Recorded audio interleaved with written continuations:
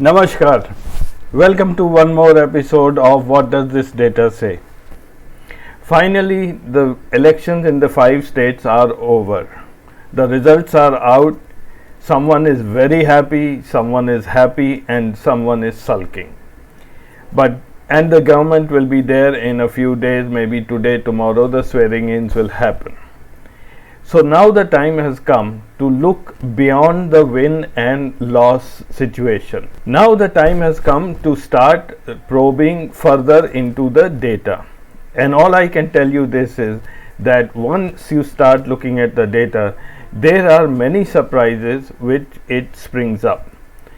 In this episode, I am first going to very quickly go over the 5 states results, and then we will look at the nationwide assembly seats.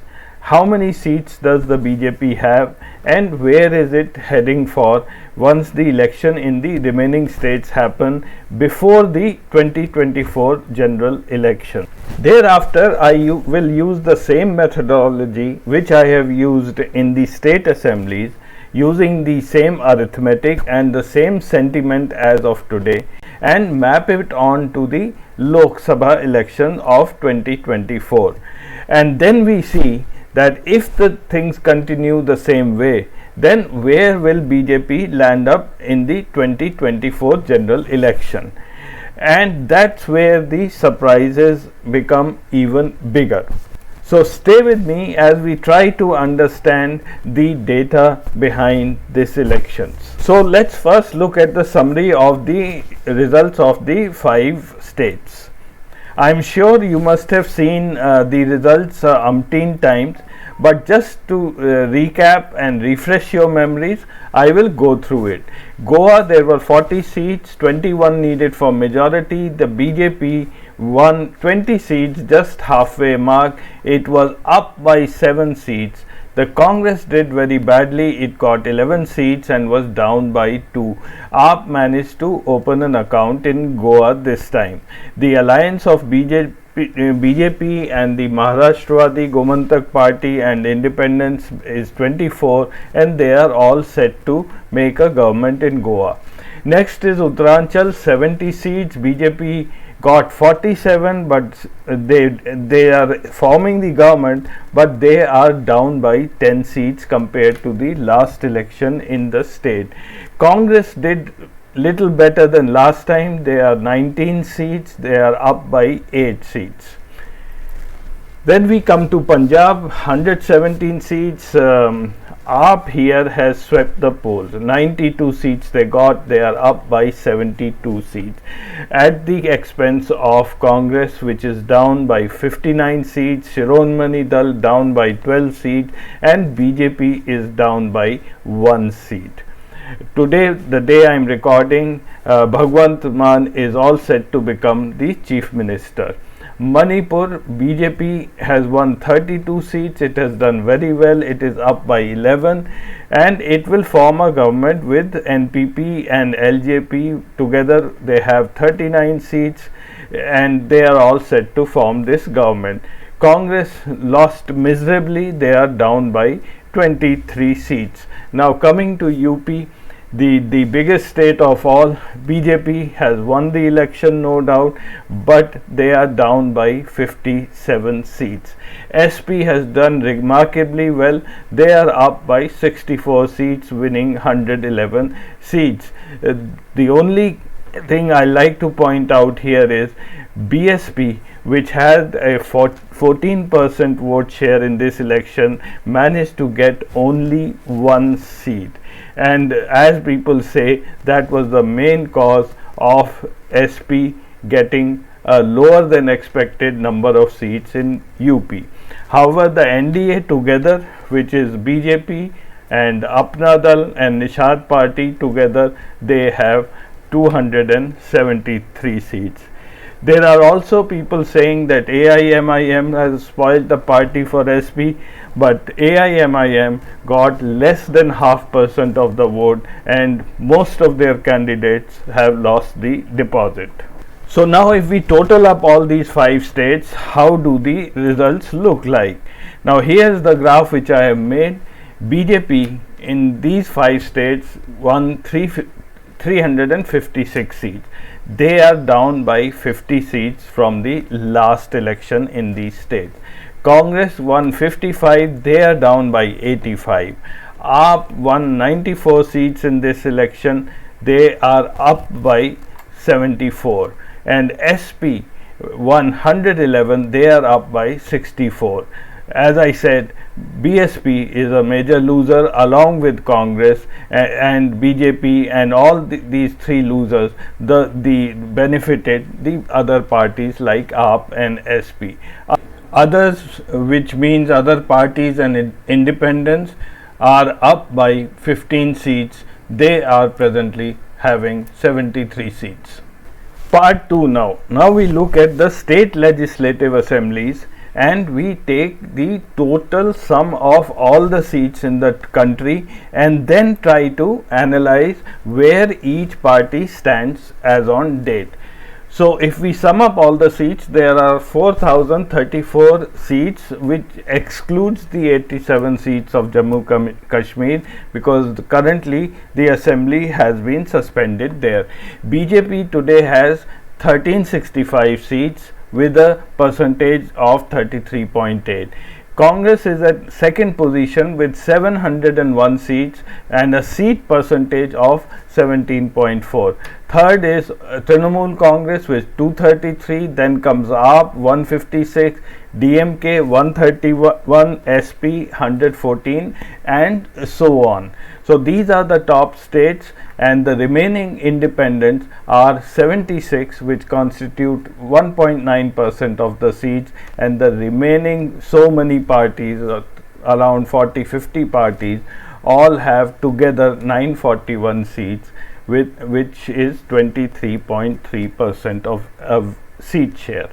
Now, with a with a countrywide seat share of only 34%, BJP is in power in 19 states. Now, why is that? That is because they have alliances with very small parties in each state that enables them to capture the power. The other parties, even if you add their vote share, which is around 65%, they are in power only in 10 states because they do not have a reliable alliance. Now that was about the individual party's seat share. Mind you, I am not talking of vote share, I am talking of seat share. Now if we look at the political groups like NDA and the UPA, NDA today has 1805 seats out of 4034, and if we add its 2 major non-NDA partners, which is the JDU and the BJD, then together they have 1963 seats, which is around 49% of the seat share. On the other side, the opposition parties led by Congress, all put together, have 1494 seats out of 4034, which is 37%, and the remaining constitute, which is the independents and the other parties, a 14% seat share. So non-BJP parties and the others constitute a 51% seat share. However, these independents and the other parties here may be supporting BJP, or they may be supporting the UPA. There is something I would like to point out. Over the last 1 month, BJP has been going down in terms of number of seats in the assemblies. A month ago, BJP was close to 1450 seats, and it has now, after the UP election, has come down to 1365. 50 less is from UP. The others have contributed from all the other by-elections which have been happening, where slowly BJP has been losing seats here and there. So that was the seat share of NDA and its allies and others in these state assemblies as on date. We now go over and look at those states which are going to go to polls before the 2024 elections. Now here is the list of those 12 states. Chhattisgarh is going to go to poll, Gujarat, Himachal, Karnataka, etc. And I have put here Jammu and Kashmir also because it is highly likely that the delimitation will be over and J&K will also go to polls. Now in these states, if we take BJP's current situation, seats, they together have 552, whereas NDA, that is BJP plus its allies, have 671 seats, which is a 47% seat share, and the remaining parties, which are the opposition, have a 53% seat share. However, BJP and NDA is in power in 8 of these states, and J&K is yet to announce the verdict. So again, it's the same story. With a lesser seat share, BJP still manages to be in power in 8 out of the 11 states. Now a few of my friends and I, we got together and then said, okay, let us try to predict what will happen, what will be the outcome in these 12 states once the elections are over. Now mind you, this is all a conjecture and it is a guesswork, it is not an opinion poll, and so you can take this with a pinch of salt. So here is the list of 12 states, and this column here in orange is the revised seat position after the elections are over, and the green arrow here means that we feel that there will be an increase for the NDA, and red means there will be a decrease, and yellow means that we just leave it as it is today.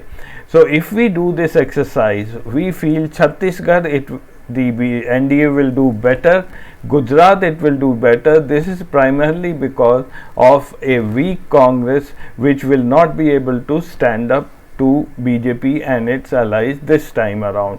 Himachal, there may be some chance of the opposition to do better. Karnataka, NDA will do better. Madhya Pradesh, it will do better, just for the same reason which I just now told you.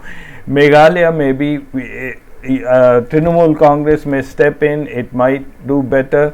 Mizoram, Nagaland and Tripura, we leave it alone, it will continue as a BJP ruled state along with its allies. Rajasthan also is slated to do better for the NDA.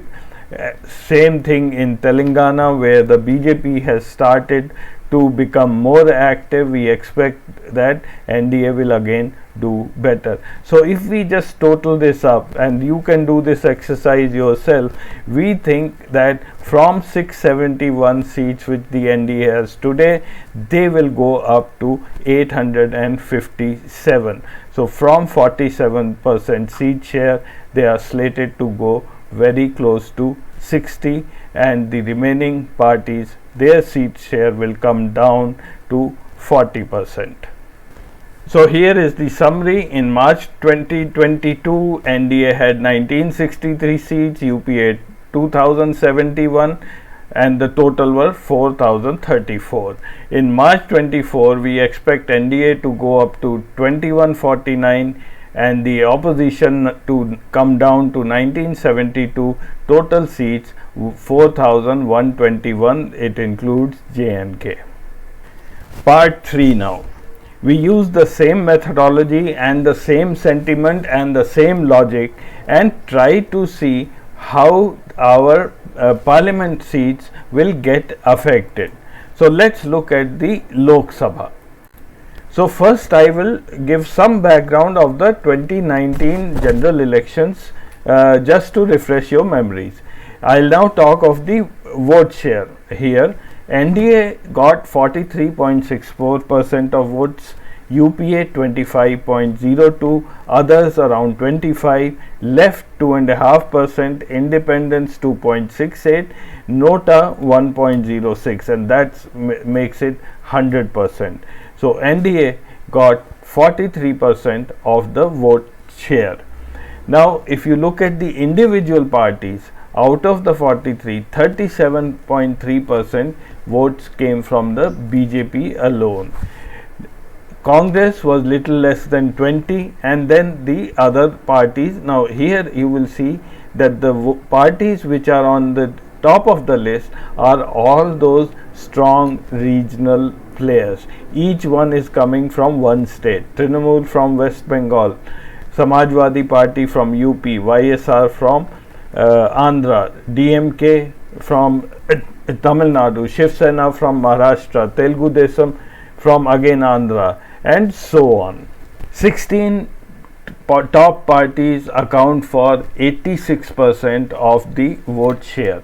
So now again me and my friend sat and we did some conjecture, some guesswork for the coming 2024 elections, and we tried to predict what will happen in each of the major states. Again, this is no opinion poll, it is only a few of us friends who sat down and made this table. And I would like to add, yes, we know that people vote very differently in the state election and very differently in the general elections. However, we still went ahead and did this exercise. Now, since there are many states, I am going to show this in the next 4 slides so that the table appears bigger on your screen and you are able to see the numbers better. So the first 4 states are UP, Gujarat, MP, Maharashtra and West Bengal. The number of seats which BJP has is given in the orange color, and these are the total seats, and that's the seat percentage which they have as on date. And in the blue bar here in the row is the likely seats which they will get in 2024. Now in UP, even though the Samajwadi Party has done well this time, we still expect it will not make a significant dent when it comes to the MP's election. So from 62 out of 80, BJP may come down by a few seats. And also remember, Mayawati last time had 18 MPs from UP, and probably if she acts the way she has acted in the assembly elections, then it will be very difficult to beat the BJP in UP. Gujarat, we expect the same results. They will do 100% because there is hardly any opposition. Madhya Pradesh also, Congress does not exist anymore. They will retain almost all the seats, so we have left it alone. Maharashtra, they may go down. BJP may get lesser seats this time if the Maharashtra Agadi, Vikas Agadi acts in cohesion and sensibly. West Bengal is one state where BJP is sure to go down. With Mamta Didi now in full control, we expect them to come down to 5 seats from the present 18 which they are holding. We now look at Karnataka. Karnataka will be the same. BJP remains strong there, and with quite polarized society over there, we don't expect any other party to win. Bihar, possibly BJP will come down by a couple of seats. We give some credibility to the RJD. Chhattisgarh, we will leave it at same. They had 9 seats. Probably they will retain or maybe come down marginally, but again the Congress is getting weaker, so we don't expect any major change. Assam, they are very strong in Assam. They might do little better than what they had. From 9 they may go up to 10 or 11 seats. Delhi again is one place where we expect they will come down to by half. So we have given 4 seats to BJP and 3 to AAP in the coming elections. Now Rajasthan, we don't expect BJP to do as well as it did last time. Last time they swept the state. Probably this time they may be down by 10 odd seats. We are giving them 15 seats, primarily because of Sachin Pilot and team still have some chance to make a election out of it. Jharkhand, again they would be down. JMM is strongly in control there. Uttaranchal, they could be little bit down. We have just brought them down by 1 seat to 5 down to 4. Odisha, they will be the same, and Telangana BJP is slated do better. Instead of 4, they might land up getting 6 or 7 seats. In Punjab, they've only had 2 seats. We have given them 1. Tripura will remain the same. HP, Himachal Pradesh, they may come down to half, as the trends have indicated in the by-election. All other states put together, BJP only had 19 MPs out of the 116, and that we have retained as is. So before I show you the result of this exercise, I'll just repeat, we did the same exercise for the state assembly polls, used the same sentiments and the same political situation, and there we found BJP is going to do better and NDA is doing better. But when we look at the MP election, the same methodology, you will be surprised. Here are the results. The BJP, from the current 300 which it won in 2019, they will come down to 264 in 2024. Now this is a surprising result. How can a party do better in the assemblies elections in the next 1 or 2 years, and when it comes to the Lok Sabha, how can it come down? I will try to explain it to you.